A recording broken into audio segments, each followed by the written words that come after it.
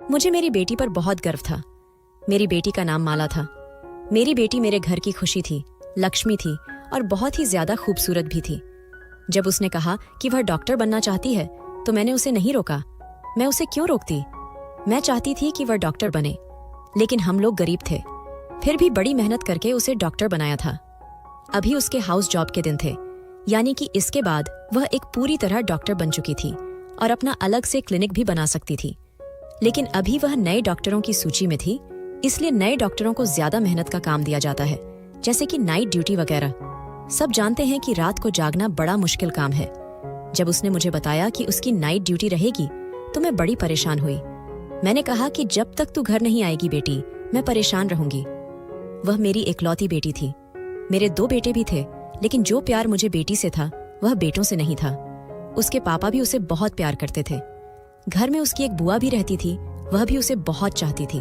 उसने कहा कि मैं ड्यूटी बदलवा नहीं सकती, ऊपर से ऑर्डर आया है। आप परेशान मत होना, अस्पताल में मैं अकेली थोड़ी होती हूँ, और भी लोग होते हैं। उसने बड़े प्यार से, बड़े तरीके से मुझे समझाया।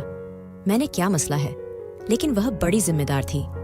डॉक्टर के पास कहाँ वक्त होता है कि वह एक गिलास पानी भी पी ले, और नाइट ड्यूटी का डॉक्टर वैसे ही बड़ा बिजी रहता है। लेकिन फिर भी वह रोज मुझे फोन करती थी। पर आज उसका फोन नहीं आया तो मैं बड़ी परेशान हो गई। जब मैंने फोन किया तो बेल तो जा रही थी, लेकिन कोई फोन नहीं उठा रहा था। मैं परेशान हो गई। मेरा दिल कांपने लगा कि न जाने क्या हो गया है। और फिर जिस हालत में मेरी बेटी को घर लाया गया वह मैं ही जानती हूँ। लेकिन उसके बाद उसका फोन भी हमें नहीं दिया गया। पर उसकी एक दोस्त थी जिसने हमें बताया कि माला की तरफ से मुझे एक वीडियो मिली है। वह जब हमारे घर आई तो उसके फोन में एक वीडियो थी जो हमें मिल गई। जब उस वीडियो को चलाया तो पैरों के नीचे से जमीन निकल गई थी, और फिर पूरा देश मेरी बेटी के साथ खड़ा था। उस वीडियो के अंदर एक दिन मेरी बेटी अस्पताल से वापस आई तो कहने लगी, माँ, आज मुझे एक सवाल का जवाब तो दे कि अगर आपके सामने कुछ गलत हो रहा हो तो क्या उसे रोकना चाहिए? मैंने कहा, हाँ, बिल्कुल रोकना चाहिए। क्यों नहीं रोकना चाहिए? ये तो भगवान भी कहता है कि सिर्फ सच्चाई और हक का साथ देना चाहिए। मेरी यह बात सुनकर वह कहीं खो गई। मैंने कहा, माला, खाना खा ले। कहाँ खो गई है? देख, आज तेरी पसंद का दाल भात बनाया है। उसको यह खाना बहुत पसंद था और वह देखते ही खुश हो जाती थी, लेकिन आज कहीं खोई हुई थी। जब मैंने बार बार पूछा तो कहने लगी, माँ, अगर कुछ ऐसा बुरा हो रहा हो जिसको रोकने की आपके अंदर ताकत भी ना हो तो फिर क्या करना चाहिए? मैंने कहा, तो फिर भी लड़ना चाहिए बेटा, कोशिश करनी चाहिए। जब इंसान कोशिश करता है तो भगवान उसका साथ देता है। पर तू किस बारे में पूछ रही है और इतनी परेशान क्यों नजर आ रही है? कहने लगी, कोई बात है, बस एक टेस्ट है। उसमें नंबर लगवाने की कोई बात चल रही थी तो उसके बारे में कह रही थी। मुझे उसकी इस तरह की बातें समझ नहीं आती थी क्योंकि मैं ज्यादा पढ़ी लिखी नहीं थी, और फिर वह तो डॉक्टर बन रही थी। बस मैं चुप करके सुन लेती थी। लेकिन जब भी मुझसे कोई बात पूछती थी तो मैं उसका जवाब अपनी तरफ से अच्छे तरीके से ही देने की कोशिश करती थी। मुझे मेरी बेटी से बड़ा प्रेम था। हम लोग बड़े गरीब थे। उसके लिए मैंने अपना जेवर बेचा था और बड़ी मुश्किल से उसकी फीस भरी थी। मुझे उससे बहुत प्यार था। वह एक अच्छी बेटी और अच्छी इंसान थी। एक दिन वह बालकनी में खड़ी थी जब अचानक से डर गई और भागती हुई नीचे आ रही थी कि मुझसे टकरा गई। मैंने कहा, क्या हो गया बेटा? तू इतनी परेशान क्यों लग रही है? सब अच्छा तो है ना? उसने कहा, एक लड़का खड़ा है। मैंने कहा, कहाँ खड़ा है? कहने लगी, हमारे घर के नीचे।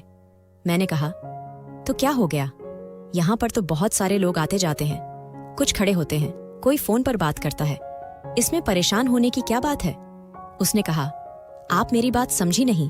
वह न रोज यहाँ पर आता है और हमारे घर की तरफ देखता है। जैसे ही मुझे देखता है दूर दूर से मुस्कुराता है। पता नहीं क्या सोचता है। मैंने कहा, जब तक वह दूर खड़ा है वह कुछ भी कर सकता है, मुझसे रोक भी नहीं सकते। अगर वह तुझे कोई बात कहे तो तू उसका मुंह तोड़ देना।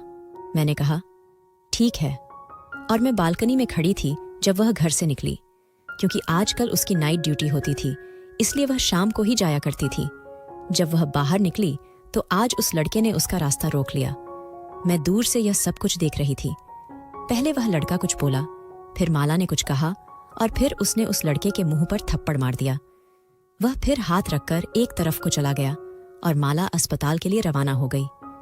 मैं पूरा दिन सोचती रही, यह लड़का कौन था? मेरी बेटी को उसने क्या कहा? आज उसने मुझे फोन भी नहीं किया। वह रोज मुझे फोन करती थी। जब शाम को वापस आई तो मैंने उससे पूछा, वह लड़का क्या कह रहा था? कहने लगी, तो वह बुरा लड़का नहीं है। मैंने कहा, बुरा लड़का नहीं है तो फिर तूने उसे थप्पड़ क्यों मारा? तो माला ने कहा, जब मैंने उसे थप्पड़ मार दिया मुझे बाद में पता चला कि वह बुरा नहीं है। वह अस्पताल में किसी औरत के साथ आया था, तब से उसने मुझे देखा था। कहता है कि आप मुझे बहुत अच्छे लगते हैं। उसने यह बात बड़ी इज्जत से की थी, वरना किसी और तरह से भी कह सकता था, लेकिन उसने तो मुझे गुस्सा आ गया और मैंने उसके मुंह पर थप्पड़ मार दिया। लेकिन जब मैं जा रही थी तो उसने पीछे से ऐसी बात की कि मैं हैरान रह गई। मैंने पूछा, क्या बात की? तो कहने लगी, माँ, उसने कहा था कि चाहे तुम मुझे रोज एक थप्पड़ मारो, मैं फिर भी रोज तुम्हें देखने के लिए यहाँ आऊंगा, क्योंकि जब तक मैं तुम्हें देखूं नहीं मेरा दिल नहीं गुजरता। ऐसी बात तो कोई वही कर सकता है ना जो आपको सच्चा प्रेम करता हो। मैंने कहा, तू भी कितनी मासूम है। तूने एक पल में यह अंदाजा कैसे लगा लिया कि वह सच्चा प्रेम करता है? जो मर्द होते हैं ना, इनको पता होता है कि औरतें बातों से खुश होती हैं। इनको बड़े बड़े बातें करने आते हैं। अगर इतना ही दम है उसमें तो उसको कह दे कि मेरा घर रिश्ता भेज दे। मैंने कहा कि यह बात बिल्कुल ठीक रहेगी, पर माला कहने लगी कि ऐसे कैसे वह रिश्ता भेज दे, और अगर उसने रिश्ता भेज दिया तो क्या आप मान जाओगी? मैंने उसे समझाया कि हाँ, मैं मानूंगी, लेकिन अगर वो इस काबिल हुआ। हम तुझे डॉक्टर बना रहे हैं, तेरी शादी किसी आम आदमी से थोड़ी करेंगे। अब माला रोज वहां से गुजरती थी और वह पहले से ही खड़ा होता था। उसे कुछ कहता नहीं था, कुछ बोलता नहीं था, लेकिन वो दोनों एक दूसरे को देखते थे। माला के अंदर मुझे कुछ तब्दीली नजर आने लगी थी। मुझे ऐसा लगता था कि जैसे वह भी उस लड़के को पसंद करने लगी है, क्योंकि जब वह वहां से गुजरती तो उसके चेहरे पर मुस्कान होती थी और आजकल वह काफी तैयार होकर जाती थी। वह जिस अस्पताल में काम करती थी, पहले वहां पर पढ़ाई करती थी, इसलिए कभी तैयार होकर नहीं गई। कहती थी कि स्टूडेंट हूँ, स्टूडेंट्स को मेकअप करने की इजाजत नहीं है, और उसके बाद उसकी आदत बन गई, क्योंकि वहां पर ऐसा कोई था नहीं जो उसको जानता नहीं था, तो वह उसके सामने अच्छी दिखना चाहती थी। लेकिन जिसके सामने अच्छी लगना चाहती थी वह घर के सामने ही खड़ा होता था, इसलिए घर से तैयार होकर जाती थी। उस लड़के के बारे में मैंने थोड़ा सा पता करवाया था, क्योंकि वह हमारे घर के सामने खड़ा होता था तो इतना तो पता होना चाहिए। मैंने अपने छोटे बेटे से पता करवाया था। उसने कहा था कि इसका नाम राम है और यह सामने वाले घर में रहता है। सामने वाले लोग तो बहुत अच्छे थे, पूरे मोहल्ले वाले उनको जानते थे और कहते थे कि अच्छे लोग हैं। और मैंने कहीं यह भी सुना था कि उनका एक ही बेटा है और उसकी माँ को अपने बेटे पर बड़ा गर्व है। लेकिन यह बेटा यहाँ क्या करता रहता था? मेरे छोटे बेटे ने शायद गलती की हो, किसी और के बारे में पता करके आ गया हो। एक दिन बहुत बारिश हो रही थी। माला अपने कमरे की बालकनी में खड़ी थी और सामने ही वह लड़का खड़ा था और बारिश में भी गीला हो रहा था। मैं उसके लिए चाय लेकर आई तो मैंने भी यह सब देख लिया। मुझे कहने लगी कि देखो ना, सर्दियों की पहली बारिश है और यह कैसी हरकतें कर रहा है। मैं भी हैरान हुई, लेकिन मैंने अपनी बेटी को कहा कि तू क्यों इतना सोच रही हो, यह तो उसकी अपनी मर्जी है। तुम अपने कमरे में आकर बैठ जा, बाहर मत खड़ी हो, नहीं तो सर्दी लग जाएगी। मेरे सामने तो वह कमरे में आ गई, लेकिन मुझे थोड़ी देर बाद महसूस हो गया कि वह फिर से जाकर बालकनी में खड़ी हो गई थी। उसी से प्रेम करना कोई बुरी बात नहीं है, लेकिन कभी कभी आप सही फैसला नहीं कर पाते और आपके जीवन में गलत आदमी आ जाता है और फिर आपकी सारी जिंदगी खराब हो सकती है। इसलिए सोच समझकर फैसला करना चाहिए। हमारे परिवार और जानने वाले मेरे ऐसे लोग थे जो माला से शादी करना चाहते थे। कुछ लोग ऐसे थे जो पहले हमारे घर आना भी पसंद नहीं करते थे, लेकिन अब जब से उनको पता चला था कि माला डॉक्टर बन गई है तो वे करीब आने की कोशिश कर रहे थे। हमारे छोटे से शहर से डॉक्टर बनना आसान बात नहीं थी। हमारे पास तो वैसे भी इतने पैसे नहीं थे, इसलिए थोड़ा फायदा भी हुआ था क्योंकि माला को स्कॉलरशिप मिली थी, वरना सारी फीस अपने पास से देना हमारे बस की बात नहीं थी। फिर अभी भी हमारे ऊपर बहुत कर्ज था, क्योंकि फीस तो हम दे देते थे, लेकिन फिर घर को चलाना मुश्किल हो जाता था और उसके लिए कर्ज लेने पड़ते थे। ऐसे में माला हम सबके लिए हमारा भविष्य थी, क्योंकि वह डॉक्टर बनकर हम सबकी किस्मत बदलने वाली थी। उसके भाई छोटे थे, बड़े नहीं थे। उसमें ही अपने भाइयों के लिए कुछ करना था। भाई उसके लिए कुछ नहीं कर सकते थे, इसलिए मैं अपनी बेटी को बहुत संभाल कर रखना चाहती थी और यह भी चाहती थी कि उसका जीवन साथी अच्छा इंसान बने, जो उसको हमसे दूर नहीं बल्कि माला से बहुत ज्यादा प्रेम करे। माला बहुत अच्छी इंसान थी, वह किसी का भी दिल जीत सकती थी, लेकिन सामने वाला भी तो इस काबिल होना चाहिए। एक दिन वह मुझे कहने लगी कि माँ, मुझे आपसे बड़ी ज़रूरी बात करनी है, जो मेरे बारे में है, मेरे भविष्य के बारे में है, मेरे जीवन साथी के बारे में है। मैंने कहा कि हाँ, बोल, तुझे क्या बात करनी है? और मुझे समझ आ रहा था कि क्या कहने वाली थी। लगता है राम ने उसके दिल में जगह बना ली थी और मुझे यह कहने वाली थी कि राम के घर वाले रिश्ता लेकर आएंगे तो आप बात कर लेना। लेकिन बताने से पहले उसने मुझे कहा कि माँ, मेरे दिल में हमेशा जो जगह आपकी और पापा की और मेरे भाइयों की है, वह किसी की भी नहीं है। और मैंने जो बात करनी है वह ये है। वह बोलने लगी कि उसको अस्पताल से कॉल आ गई। जैसे ही उसको अस्पताल से कॉल आती थी, वह सब कुछ छोड़कर पहले कॉल सुनती थी। कहती थी कि हो सकता है कोई इंसान तकलीफ में हो, इसलिए मुझे बुला रहे हो, मुझे देरी नहीं करनी चाहिए। वही बात ठीक है, अस्पताल से कॉल थी। वैसे तो उसकी नाइट ड्यूटी थी, लेकिन वह डे ड्यूटी के लिए भी बुला रहे थे। शायद कोई डॉक्टर छुट्टी पर चली गई थी। मैंने कहा कि तू डे ड्यूटी भी करेगी और नाइट ड्यूटी भी करेगी, थक नहीं जाएगी? तो कहने लगी कि एक ही दिन की तो बात है, नहीं थकूंगी, वापस आकर सो जाऊंगी।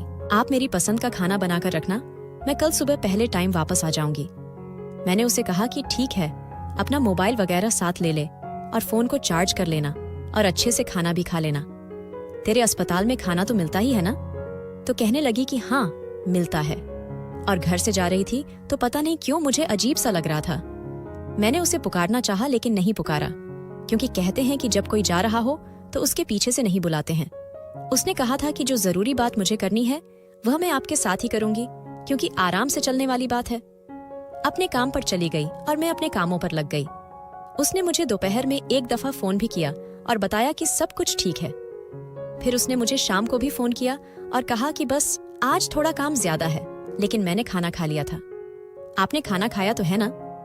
मैंने उसको बताया कि हाँ, खाना खा लिया है, बस सोने लगी हूँ। मैं जल्दी सो जाती थी क्योंकि मुझे सुबह जल्दी उठना होता था। उसने कहा कि आप सुकून से सो जाओ, वहां सुबह मिलते हैं। मैंने कहा कि ठीक है और मैं सो गई। और मुझे क्या पता था कि इस रात के बाद मुझे कभी सुकून की नींद नहीं आएगी। माला सुबह 9 बजे तक वापस आ जाती थी, क्योंकि उसकी शिफ्ट 8 बजे खत्म होती थी और अस्पताल से यहाँ आते हुए उसे 1 घंटा लग जाता था। जब मैं उठी तो सुबह के 9:30 हो रहे थे। मुझे लगा कि वह अपने कमरे में आकर सो गई होगी, लेकिन उसे बिना कुछ खिलाए मैं सोने नहीं देती थी, क्योंकि फिर वह शाम तक सोती थी। मैंने उसे कहा था कि आप ही मुझे जगा दें, मैं खाना निकाल कर दे दूंगी। लगता है वह बहुत थकी हुई थी। मैंने प्लेट में खाना निकाला, उसको गर्म किया और अपनी बेटी माला के कमरे की तरफ चल पड़ी। लेकिन जब अंदर गई और लाइट ऑन की तो हैरान रह गई। वह तो यहाँ पर थी नहीं और कमरा तो बिल्कुल साफ सुथरा पड़ा था। मैं समझ गई कि लगता है उसे आने में देरी हो गई। मैं बाहर गई तो आज वह लड़का भी नहीं खड़ा था। मैं हैरान हुई, क्या आज वह पीछे क्यों नहीं है? इस समय खड़ा होता है, क्योंकि उसको भी पता होता है कि माला वापस आती होगी। आज क्यों नहीं खड़ा? कहीं बीमार तो नहीं होगा? मैं तो माँ हूं ना, माँ के दिमाग में तो ऐसी ही बातें आती हैं कि माला मर तो नहीं गई, कुछ और तो नहीं गया है। मुझे पूरा यकीन था कि माला उसी के बारे में बात करने वाली थी और मैं अभी से ही सोच रही थी कि वह लोग रिश्ता लेकर आ गए तो क्या मुझे रिश्ता कर देना चाहिए या नहीं। 2 घंटे गुजर गए, माला नहीं आई तो मैंने उसका नंबर मिलाया। घंटी जाने लगी और मैं इंतजार करने लगी कि कब फोन कनेक्ट हो और मैं उससे बात करूं, लेकिन वह फोन नहीं उठा रही थी। मुझे लगा शायद वह व्यस्त होगी और मैं यह भी सोच रही थी कि अस्पताल में कितने बुरे हालात होंगे, डबल शिफ्ट करवाते हैं और जब शिफ्ट का समय खत्म हो जाता है तब भी उसे वापस नहीं आने देते। कम से कम अब तो उसे वापस भेज देना चाहिए। वह मुझे इस अस्पताल के बारे में बताती रहती थी। वह कहती थी कि यहाँ कुछ भी ठीक नहीं है, हर कोई अपना काम बेईमानी से करता है, कोई भी काम अच्छे तरीके से नहीं करता, चाहे वह सफाई वाला हो या कोई डॉक्टर। सबको पैसों की पड़ी है और कोई ना कोई अपने काम में ढील कर ही देता है। मैं उसे कहती थी कि तुम अपना काम अच्छे से किया करो, बाकी सबको भगवान को अपना मुंह दिखाना है और तुम्हें अपना। पर वह कहती थी हाँ, लेकिन उनकी वजह से मेरे काम पर ही असर पड़ता है। मैंने फिर से फोन किया। घंटी जा रही थी लेकिन वह फोन नहीं उठा रही थी और आज तक ऐसा नहीं हुआ था। अब मैंने उसकी दोस्त का नंबर मिलाया, वह भी फोन नहीं उठा रही थी। मैं हैरान थी, अब इसके अलावा तो मेरे पास और कोई नंबर नहीं था, मैं किसको फोन करती। फिर उसकी दोस्त ने फोन उठा लिया। मैंने कहा बेटा, माला कहाँ है? वह फोन नहीं उठा रही है।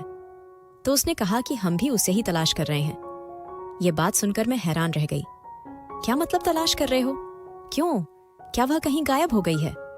मुझे लगा कि यह लड़की मजाक कर रही है, लेकिन उसे ऐसा मजाक नहीं करना चाहिए था। उसने कहा, मैं आपको थोड़ी देर बाद फोन करती हूँ। असल में माला कहीं मिल नहीं रही है। मुझे लगा कि अस्पताल बहुत बड़ा है, शायद वह कहीं व्यस्त होगी। मिल जाएगी, आप परेशान नहीं हो। मैंने कहा, अच्छा, अस्पताल तो बहुत बड़ा था। एक दिन में आप पूरा अस्पताल देख भी नहीं सकते थे, क्योंकि साथ ही कॉलेज भी था। मैंने उसे कहा, मैं थोड़ी देर बाद फोन करती हूँ। वह बोली, ठीक है आंटी। मुझे उसकी आवाज में परेशानी महसूस हुई। पता नहीं बात क्या थी। मैंने थोड़ी देर के बाद फिर फोन किया और कहा, माला से बात करवा दो। तो उसने कहा, आंटी बात ऐसी है कि वह मुझे अभी तक मिली नहीं है। और अभी वह यह बात कह ही रही थी कि अचानक से उसके मुंह से चीख निकल गई। हाय, क्या हो गया? उसने मुझे कहा, आप जल्दी यहाँ आ जाइए। यह सुनकर मैं हैरान रह गई। मैंने कहा, पर हुआ क्या है? मुझे बताओ तो सही। सब ठीक तो है? मेरा तो दिल बैठा जा रहा है। उसने कहा, माला मिल गई है। मैंने कहा, अच्छा, मिल गई है? कैसी है वह? जरा मेरी बात करवा दो। तो कहने लगी, बात नहीं करवा सकती, बस आप अस्पताल पहुंचिए। जब मैंने पूछा, क्योंकि मुझे ठीक से समझ नहीं आया था, तो वह रोते हुए कहने लगी, अब बस आप आ जाइए आंटी। मैं अब भी सोच रही थी कि अगर यह लड़की मजाक कर रही है तो मैं उसे कभी माफ नहीं करूंगी। मेरे दोनों बेटे घर पर नहीं थे। मैं घर से निकली, सामने राम भी नहीं खड़ा था। मैं तुरंत अस्पताल के लिए निकल पड़ी। रास्ते में भी अपनी बेटी को फोन कर रही थी। अगर वह मिल गई थी तो मेरा फोन क्यों नहीं उठा रही थी? क्योंकि बेल के उसका फोन बंद हो गया था। फिर फोन क्यों नहीं उठा रही थी? मैं अस्पताल पहुंची तो वहां पर अजीब सा माहौल लग रहा था। अस्पताल में भीड़ तो होती ही है। बाहर कोई एम्बुलेंस खड़ी होगी, कोई रो रहा होगा, कोई चिल्ला रहा होगा, कोई बात कर रहा होगा।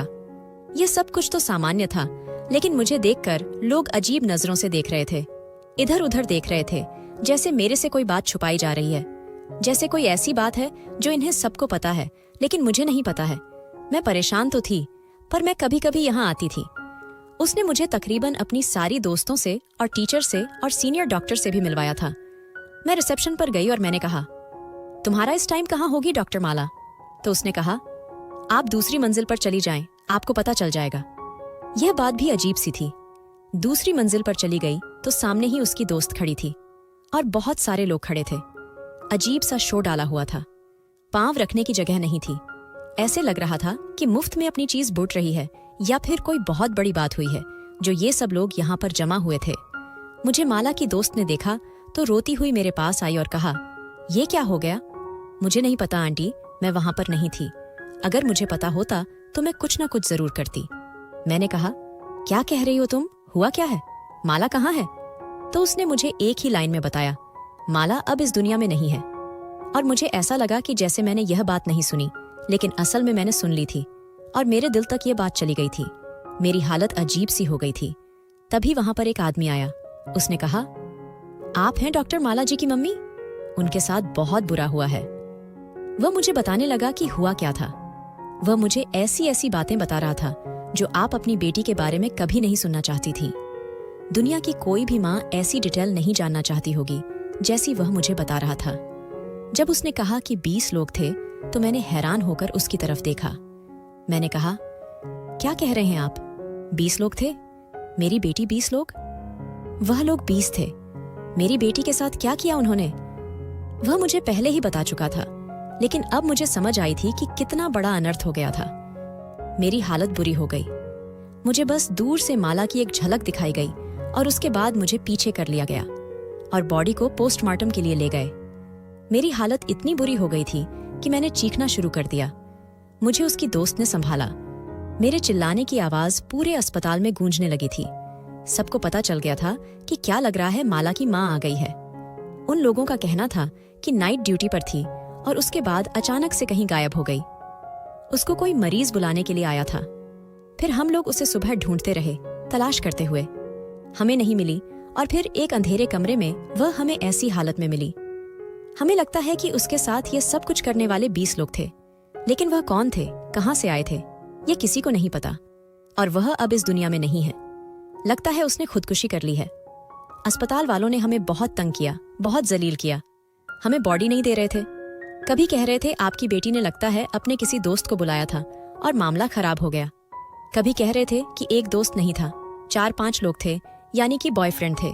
कभी कोई बात करते और जो बॉडी की हालत थी वह हम ही जानते थे। किसी तरह से आखिरी रीति रिवाज किए गए, लेकिन अब हमारे पास कोई सबूत नहीं था। सारा देश हमारे बेटी के लिए खड़ा था, सब उसकी तरफ से इंसाफ मांग रहे थे, लेकिन हमारे पास ऐसा कोई भी सबूत नहीं था जिससे हमें यह पता चले कि हुआ क्या था। अस्पताल वालों ने जो रिपोर्ट जारी की थी उसमें लिखा था कि डॉक्टर माला ने आत्महत्या कर ली है, लेकिन वह ऐसा कैसे कर सकती थी? वह तो मुझे कुछ बताना चाहती थी। घर से हंसती हुई निकली थी। इसकी आंखों में ढेर सारे सपने थे, तो फिर एक ऐसा इंसान कैसे आत्महत्या कर सकता है? वह डिप्रेशन में नहीं थी, वह बिल्कुल ठीक थी। उसके साथ कुछ मसला नहीं था। हमने कहा कि उसका फोन कहाँ है, वह हमें दे दें, उसका बैग वगैरह दे दें। उन्होंने हमें सारी चीजें वापस कर दी। उसकी चीजें ऐसी थीं जो टूट चुकी थीं, लेकिन उन्होंने हमें माला का फोन नहीं दिया। हम हैरान हुए कि फोन क्यों नहीं दिया, तो कहने लगे यह सबूत के तौर पर हमारे पास रहेगा। लेकिन उन्होंने सबूत का क्या करना था जब खुद कह रहे थे कि आत्महत्या ही है, तो फिर सबूत किसको दिखाना था? बहुत कोशिश की थी, किसी तरह उसका फोन मिल जाता, क्योंकि फोन से ही पता चल सकता था कि उसकी जिंदगी में क्या चल रहा था। लेकिन उन्होंने उसका फोन हमें नहीं दिया। इस बात को 3 दिन गुजर गए थे और 3 दिन से मैंने राम को भी नहीं देखा था। क्या उसको पता नहीं था कि माला के साथ क्या हुआ था? वह तो इस दुनिया से भी चली गई थी। यह बात तो सारे देश में फैल चुकी थी, तो फिर उसको क्यों नहीं पता था? लगता है वह डर गया था और अपने कमरे में बैठा था। बाहर नहीं निकलना चाहता था कि उसे भी पूछताछ न हो जाए, क्योंकि पता नहीं कितनी दफा यहां पुलिस आई थी। मेरी जो हालत थी मैं नहीं जानती हूं। एक तो मेरी जवान बेटी, जिसको मैंने मुश्किल से डॉक्टर बनाया, इस दुनिया से चली गई है, और यह जानती हूं कि वह कैसे गई। मुझे रातों को नींद ही नहीं आती थी। मैं पूरी पूरी रात रोती रहती थी। सब लोग इंसाफ मांग रहे थे, लेकिन जो मेरे साथ हुआ था वह कभी ठीक नहीं हो सकता। मेरी बेटी तो कभी वापस नहीं आ सकती। हमारे घर की लक्ष्मी, मेरी बेटी, इस दुनिया से चली गई। अब उसे कभी वापस नहीं आना था। इंसाफ मिलता तो किसको मिलता? एक माँ के लिए हिसाब क्या हो सकता है? क्या मुझे मेरी बेटी को ही वापस लाकर दे सकता था? 1 हफ्ता गुजर गया तो माला की दोस्त अचानक हमारे घर आई और उसने कहा कि मुझे माला की तरफ से एक वीडियो मिली है। उसने कहा कि शायद माला ने उसी वक्त यह वीडियो भेजी थी, लेकिन मैंने भी नहीं देखी थी। मैं बहुत व्यस्त हो गई थी और डर भी गई थी, क्योंकि मुझे धमकाया गया था और कहा गया था कि अगर कुछ कहा तो अंजाम अच्छा नहीं होगा। उसने बताया, मेरे पास माला की आखिरी वीडियो है, इसके अलावा हमारे पास उसकी कोई याद नहीं है। वीडियो 45 मिनट लंबी है, मैंने अब तक देखी नहीं है, लेकिन मैंने सोचा कि आपको बताना जरूरी है। हमने तुरंत वीडियो को टीवी के साथ कनेक्ट किया ताकि सभी लोग देख सकें। सभी माला को देखना चाहते थे, लेकिन जब वीडियो देखी तो हम हैरान रह गए। ऐसा लग रहा था जैसे यह वीडियो उस पल की है जब वह सब लोग वहां से चले गए थे। माला की कसम खाकर कह रही थी कि वह जिंदा थी और उसने यह वीडियो बनाकर अपने दोस्त को भेज दी थी। शायद उसने इसे अपने अकाउंट से डिलीट कर दिया था, इसलिए उन लोगों ने अब तक हमसे नहीं पूछा कि क्या आपको कोई वीडियो मिली है या नहीं। उसकी हालत बहुत बुरी थी। उसके चेहरे से साफ झलक रहा था कि वह दर्द में थी।